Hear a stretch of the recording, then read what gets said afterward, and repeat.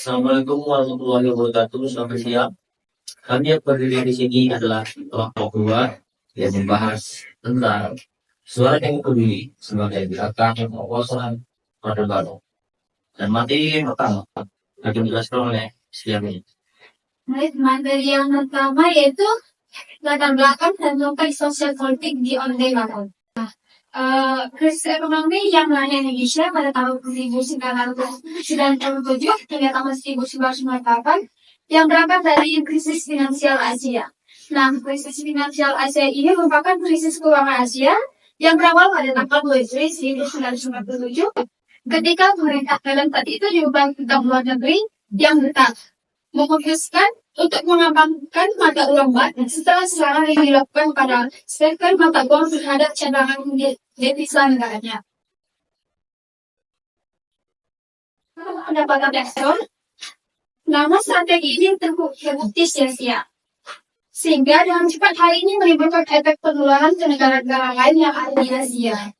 Karena investor asing yang telah menanamkan uang mereka di Asia, ekonomi Miracle Congress sejak dekade sebelum tahun 1997 kehilangan kepercayaan di pasar Asia dan membuang mata uang dan aset-aset secepat mungkin.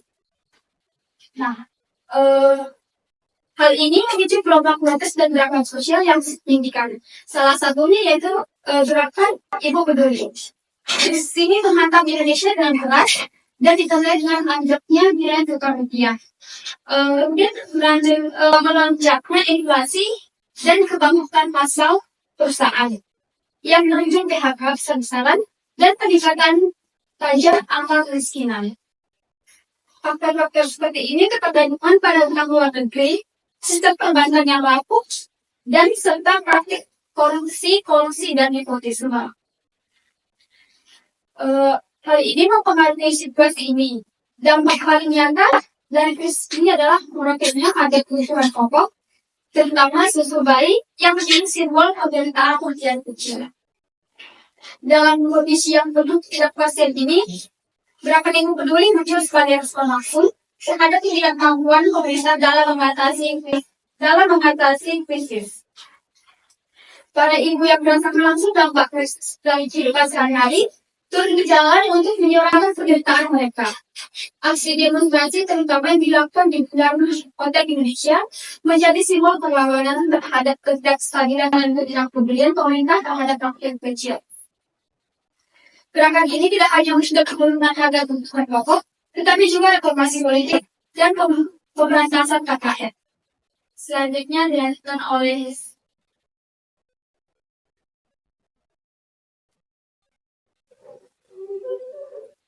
yang berikutnya itu mengubah jadi inisiatif gerakan Ibu Peduli. Sebelumnya suara Ibu Peduli ini merupakan suatu komunitas yang sering menyuarakan kritik terhadap kepemimpinan dalam Orde Baru. Nah, suara Ibu Peduli ini dilahirkan dan diusung oleh aktivis perempuan yang bertujuan untuk menjatuhkan Orde Baru. Kemudian di periode awal reformasi dengan maksud untuk membuka ruang keberanian perempuan untuk terlibat di dalam perubahan politik. Kemudian komunitas ini didirikan pada tahun 1998 oleh Gadis Alivia yang bersama di bawah lainnya bernama Lexi, Noviana, dan Alina. Dan itu bagian laki-laki juga yang telah mendukung gerakan ini, yaitu ada Kopi Guru sebagai Tuhan dan pendukung beberapa perempuan. Yang berikutnya, sejak bulan November tahun 1997, Yayasan Jurnal Perempuan yang biasa dikenal dengan YJP, yang ketika itu dia melakukan kegiatan pelayanan, yaitu mereka berkampanye untuk berkampanye anti kekerasan terhadap perempuan. Gerakan perempuan ini juga melihat representasi dari aksi demo yang terjadi di kota Argentina, yaitu di Plaza de Mayo di Buenos Aires. Mereka menuntut kejelasan nasib anak-anak mereka. Kemudian cerita ibu Plaza de Mayo ini mengusahakan dan menjadi pihak pembicaraan di Yayasan Jurnal Perempuan ini. Nah, kemudian pada saat itu Yayasan Nasional Perempuan ini mereka membentuk forum diskusi dengan mengundang para aktivis-aktivis perempuan untuk membicarakan isu demo yang akan mereka bawakan. Kemudian mereka berpikir pada saat itu tidak memungkinkan bagi mereka untuk membawa spanduk yang dituliskan turunkan Soeharto, maka mereka perlu memikirkan isu apa yang akan dianggap menarik simpati publik pada saat itu. Nah, kemudian sebelumnya sebenarnya sudah sering YNIP ini sudah sering membicarakan mengenai isu-isu di mana pada saat itu terjadi inflasi dan harga sendiri merosot. Nah, kemudian sebagai contoh di Heru Gatot Subroto, harga susu ini naik hingga 400% dan banyak dan mengakibatkan banyak itu yang memang mencari susu untuk anak mereka.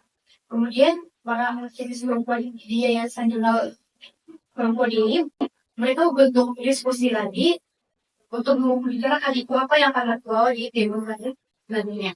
Nah, kemudian mereka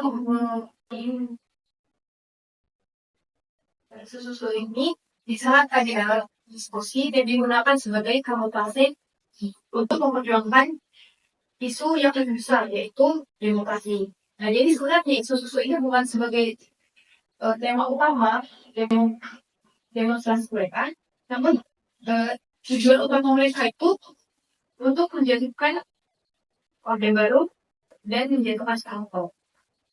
Kemudian pada tanggal 22 Yayasan Jurnal Perempuan ini menggunakan nama para ibu ini untuk pertama kalinya yang upaya dan selama demonstrasi mereka berjalan dengan sempurna.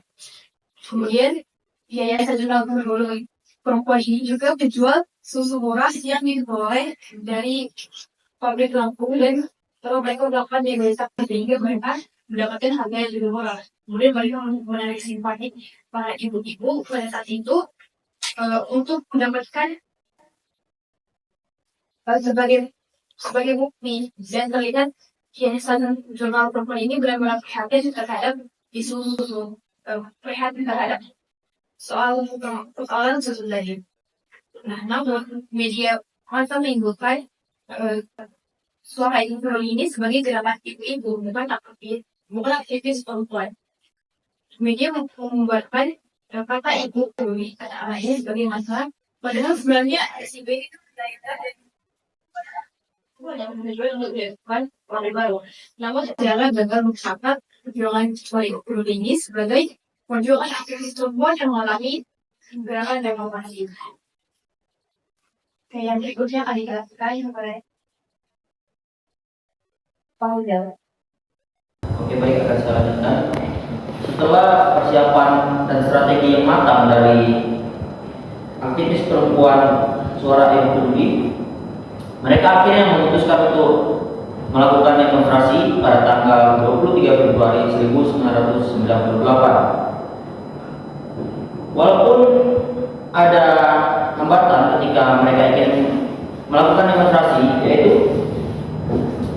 pada saat itu ada kemungkinan siaga satu, yaitu tembak di tempat bagi para pendemonstran. Nah, tetapi para aktivis perempuan ini tidak gentar dan mereka tetap melakukan demonstrasi. Di dalam melakukan aksi demonstrasinya, para aktivis perempuan ini melakukan aksi bagi-bagi bunga kepada prajurit ABRI sebagai bentuk upaya meredam kemungkinan buruk yang akan terjadi. Dan para aktivis perempuan ini juga melakukan aksi bagi-bagi bunga kepada setiap orang-orang yang lewat untuk semakin menarik perhatian masyarakat. Adapun tempat demonstrasi yang dilakukan oleh para aktivis perempuan ini yaitu di Bundaran HI. Mereka punya alasan kenapa mereka melaksanakan aksi demonstrasi di Bundaran HI, karena di Bundaran HI itu banyak para pekerja dan kemudian tujuan mereka itu untuk menarik simpati kalangan para pekerja. Kemudian setelah aksi demonstrasi yang hanya berlangsung 30 menit, akhirnya aparat melakukan tindakan dan kemudian menangkap 3 pendemonstran aktivis perempuan, yaitu diantaranya Karlina Supeli, Gadis Arifia, dan wilasi. Karena aparat mencurigai bahwasanya mereka ditunggangi oleh kaum oposisi dan menyangka ada keterlibatan ideologi komunis dalam aksi mereka.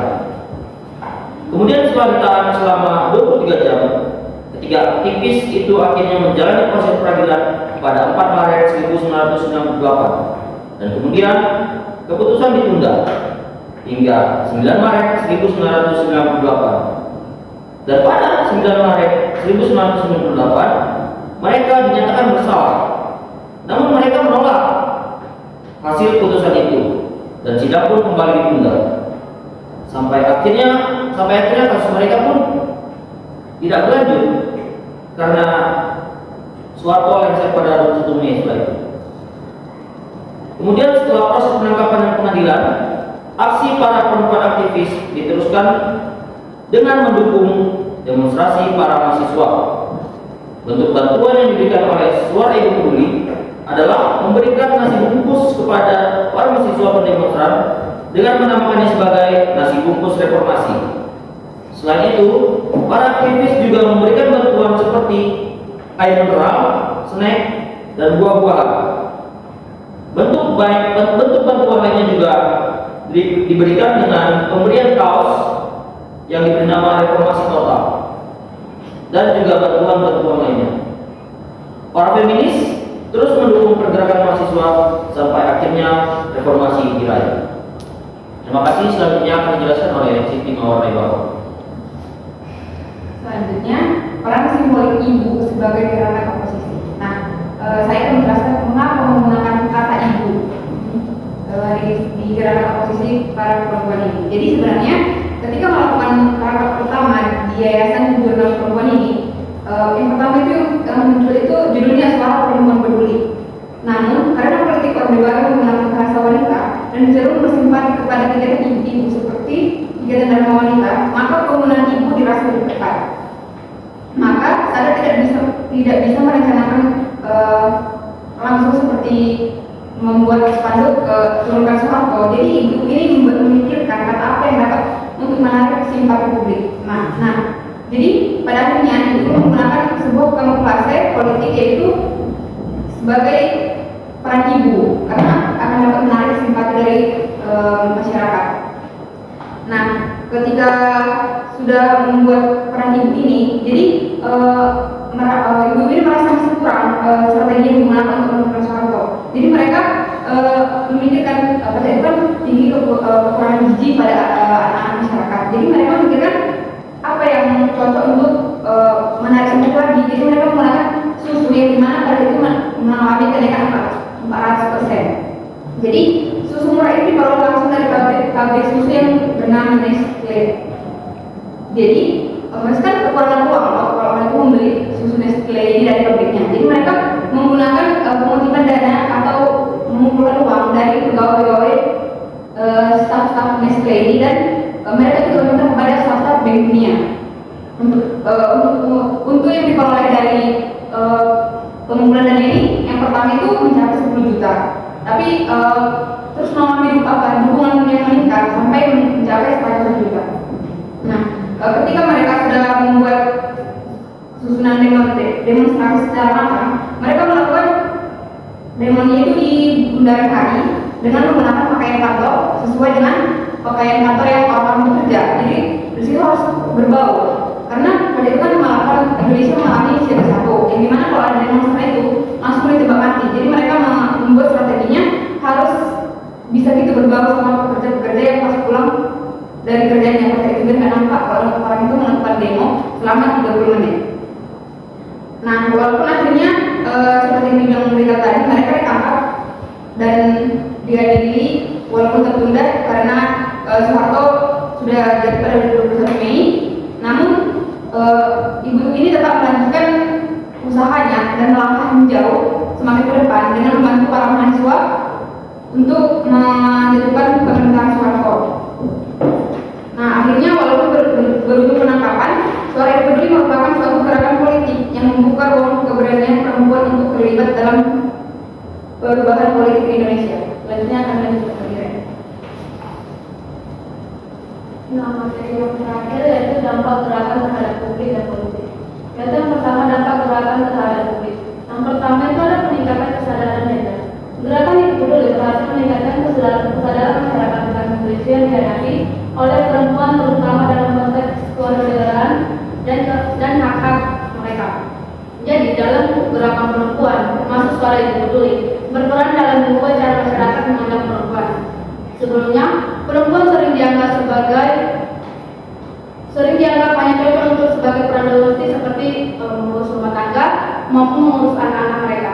Namun, melalui gerakan ini, masyarakat mulai memahami bahwa perempuan juga bisa berkontribusi di ruang publik maupun di ruang politik, seperti dalam pengambilan keputusan, kepemimpinan, dan perubahan sosial. Gerakan ini juga menegaskan bahwa perempuan memiliki hak dan kemampuan yang setara dengan laki-laki dalam berbagai aspek kehidupan. Nah, yang kedua itu ada mobilisasi kehidupan perempuan. Suara ibu peduli membangun komunitas atau jaringan yang menghubungkan perempuan agar bisa saling mendukung dan memperjuangkan hak-hak mereka bersama-sama. Jadi, dengan adanya solidaritas ini, perempuan jadi lebih kuat dalam menghadapi masalah sosial dan diskriminasi. Mereka bisa berbagi pengalaman, belajar satu sama lain, dan bersama-sama menyuarakan isu-isu yang selama ini kurang diperhatikan oleh masyarakat. Akhirnya, masalah yang dihadapi perempuan jadi lebih terlihat dan lebih diperjuangkan. Dalam konteks suara ibu peduli, perempuan tidak hanya berjuang sendiri, tetapi merasa menjadi bagian sebuah gerakan yang lebih besar. Hal ini memperkuat rasa solidaritas, keterkaitan sosial di antara mereka, sehingga perjuangan mereka untuk hak perempuan menjadi lebih kuat dan lebih berpengaruh. Jadi, suara ibu peduli ini menciptakan jaringan di antara perempuan yang memperkuat suara mereka dan memungkinkan mereka berkolaborasi dan memperjuangkan hak-hak mereka. Yang ketiga itu ada peningkatan representasi dalam media. Gerakan ini membantu meningkatkan jumlah dan kualitas representasi perempuan di media. Media juga mempunyai peran besar dalam membentuk opini publik. Artinya, cara media menampilkan perempuan bisa mempengaruhi bagaimana masyarakat memandang peran perempuan dalam kehidupan sosial, politik, dan profesional. Jika media lebih sering menampilkan perempuan dalam posisi kuat dan berdaya, maka stereotip lama bisa perlahan berubah. Media juga memiliki peran besar dalam membentuk opini publik. Artinya, cara media menampilkan perempuan bisa mempengaruhi bagaimana masyarakat memandang perempuan dalam kehidupan. Jika media lebih sering menampilkan perempuan dalam posisi yang berdaya, maka posisi perempuan itu perlahan bisa berubah. Yang kedua itu dampak gerakan terhadap politik. Yang pertama, advokasi perubahan kebijakan. Gerakan ini aktif dalam memperjuangkan perubahan kebijakan agar lebih adil bagi perempuan dan anak-anak. Di mana pada advokasi perubahan kebijakan itu menolak kebijakan Orde Baru karena pada masa pemerintahan saat itu banyak mengabaikan hak-hak perempuan dan anak-anak serta menerapkan kebijakan diskriminatif. Kebijakan diskriminatif yang dimaksud adalah membedakan atau membatasi hak anak-anak seperti hak-hak seseorang atau kelompok tertentu berdasarkan faktor seperti gender, ras, agama, status sosial, dan karakteristik lainnya. Kebijakan ini sering kali menyebabkan ketidakadilan dan ketimpangan dalam masyarakat. Yang kedua ada peningkatan partisipasi politik perempuan. Gerakan ini berhasil mendorong lebih banyak perempuan untuk ikut serta dalam dunia politik. Mereka tidak hanya berperan sebagai pemilih yang sadar akan haknya, tetapi juga mereka berani maju sebagai calon legislatif untuk memperjuangkan kebijakan yang lebih adil bagi perempuan dan masyarakat secara umum. Dan yang terakhir ada pendidikan dan kesadaran hukum. Gerakan ini membantu perempuan lebih sadar tentang hukum, terutama terkait hak-hak mereka. Pendidikan memainkan peran penting dalam memperdayakan perempuan, terutama dalam bidang hukum dan politik. Dengan pendidikan, perempuan bisa memahami hak-hak mereka, lebih kritis terhadap ketidakadilan, dan lebih percaya diri untuk berpartisipasi dalam proses hukum maupun politik. Pendidikan juga memberikan mereka alat untuk melawan diskriminasi dan memperjuangkan kebijakan yang lebih adil bagi semua. baik. Setelah selesai presentasi dan pemaparan dari Bapak kami, lebih dan kurang kami mohon maaf. Sekian dan terima kasih.